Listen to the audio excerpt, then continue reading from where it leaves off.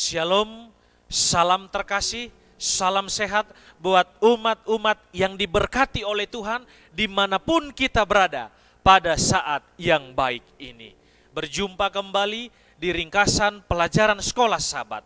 Sebelum itu, mari kita berdoa. Bapa kami yang bertahta di dalam kerajaan sorga, terima kasih atas segala berkat, bahkan juga pemeliharaan Tuhan di dalam kehidupan kami masing-masing. Pada jam yang indah ini ya Tuhan, kami rindu untuk mendengarkan akan firman Tuhan.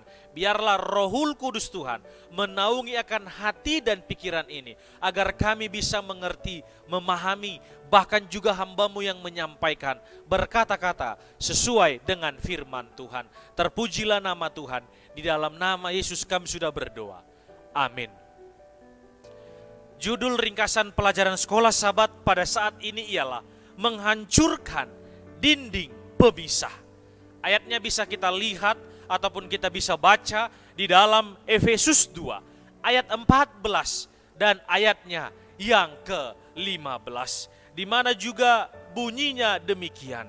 Karena dialah damai sejahtera kita yang telah mempersatukan kedua pihak dan yang telah merubuhkan tembok pemisah, yaitu perseteruan.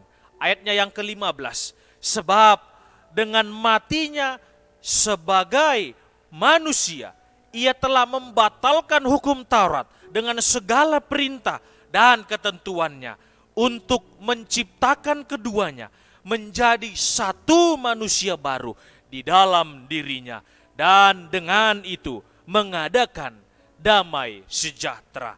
Kalau kita melihat di dalam pelajaran ringkasan sekolah Sabat ini, sepertinya atau mungkin juga seolah-olah disalib Yesus telah membatalkan akan hukum Taurat dan merubuhkan akan tembok pemisah. Tetapi Paulus membawa istilah tembok pemisah dalam kisah bait suci yang memiliki pagar yang mengelilingi pelataran akan Israel. Siapa yang bukan Yahudi yang melewati tembok ini akan mati. Dan di mana juga Paulus membayangkan tembok pemisah ini rubuh dan orang bukan Yahudi diberikan akses untuk menyembah akan Tuhan tersebut. Dan tembok pemisah itu disingkirkan oleh Kristus. Dan di mana juga Paulus ini tidak menyatakan bahwa di salib Kristus membatalkan 10 perintah Tuhan. Paulus justru meninggikan 10 perintah Tuhan itu. Itu sebabnya dia mengutip perintah yang ke-5, yang ke-7, ke-8, bahkan ke-9 dan ke-10 dalam tulisannya di buku Efesus. Paulus membahas di mana penyalahgunaan hukum, tetapi Paulus menghormati hukum dan mengasumsikan kesinambungannya.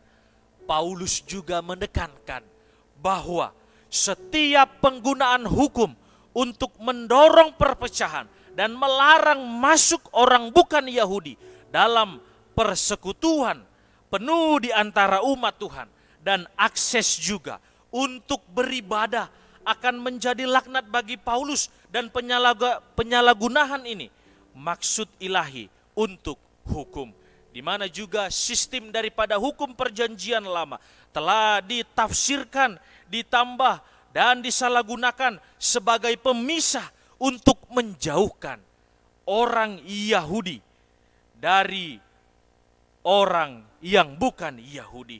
Itu sebabnya pelajaran sekolah Sabat pada saat ini, Paulus menyinggung hukum Taurat dengan segala perintah dan ketentuannya, agar juga kita mengetahui bahwasanya di dalam kehidupan kita ini juga apa yang sudah disampaikan oleh firman Tuhan, dan di mana melalui pembelajaran kita pada saat ini kita juga bisa menghancurkan akan dinding-dinding pemisah di dalam kehidupan ini, baik kepada sesama kita manusia, terlebih kepada Tuhan, agar kiranya kita semakin lebih baik lagi, semakin lebih bagus lagi, semakin lebih berubah lagi, semakin lebih benar lagi. Dan apabila Yesus datang kali yang kedua kita bisa bersama-sama masuk ke dalam kerajaan sorga. Adalah doa dan seruan kita semuanya. Tuhan memberkati kita. Amin.